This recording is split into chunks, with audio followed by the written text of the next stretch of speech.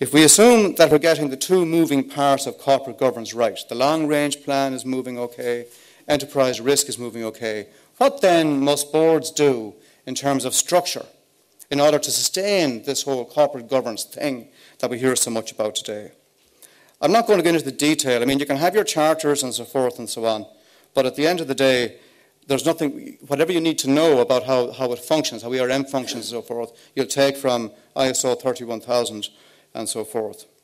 I've told you about booze. You've all seen yourselves the various collapses and corporate events over the last 10 years. Don't get distracted by just the global financial crisis. Remember, the issues that cause the downfall of a company are never complex. They're always big and basic.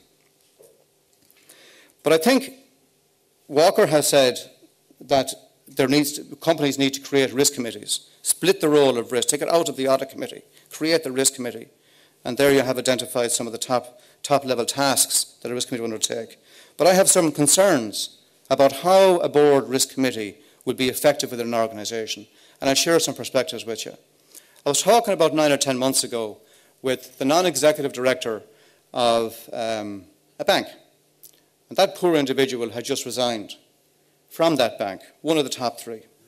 And that person was covered in shame, remorse, and so forth and so on. And that person said to me, you know, when we sat around as a board, everybody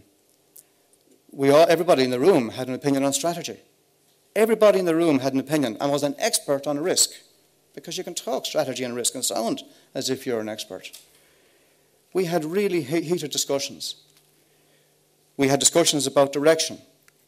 We had discussions about strategy. We had discussions about the risks we were taking and at the pace of the growth within the organisation. I just don't know what went wrong. None of us know what went wrong. I still don't want to believe that management were telling us porky pies. Well, I think what went wrong, not so much in that organisation, but in organisations generally, is there probably wasn't any one big decision. We're changing from north, we're going to go east.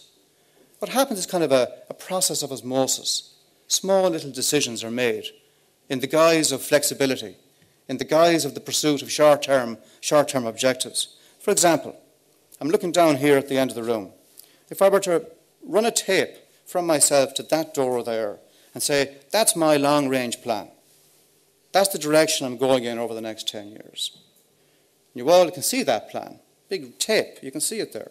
If I just turn just this distance here to one side, by the time I get to the end of the room, I won't have ended up down there.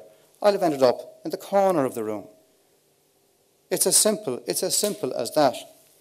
And this is where the documented risk appetite is critically important. Why is it critically important? You need a bunch of people at a board level in a committee called Risk Committee, whose job it is to notice the deviations. Notice the deviations from the long-range plan, but also notice the deviations from the documented risk appetite. Why? Because I can guarantee you, if you don't write it down today, in a year's time, you'll have forgotten about the promises you made to yourself with regards to direction and the risks you would take and the risks you would not take. Their job is to monitor those changes. Their job is to alert the board and to take the appropriate actions. So you see, we're back to good old kind of 20th century big and basics, the long-range plan, because you know what they say, if you don't know where you're going, any plan will do. And the second is the sharp edge of risk management. I want to come now down to 5,000 foot. I'm not going to talk about crisis management really. You know, this is just a slide that demarcates the crisis management, business continuity, emergency management. A lot of folk knock around with hoses and hard hats doing emergency management exercise. They think they're doing crisis management. They're not. If it ain't affecting your name, your share price, volatility, your brand and so forth and so on, you're not in a crisis. You've got an incident. What is crisis management? Crisis management is talking that talk. Talking that talk. But you can only talk that talk when it's built on a structure that is coherent and comes together.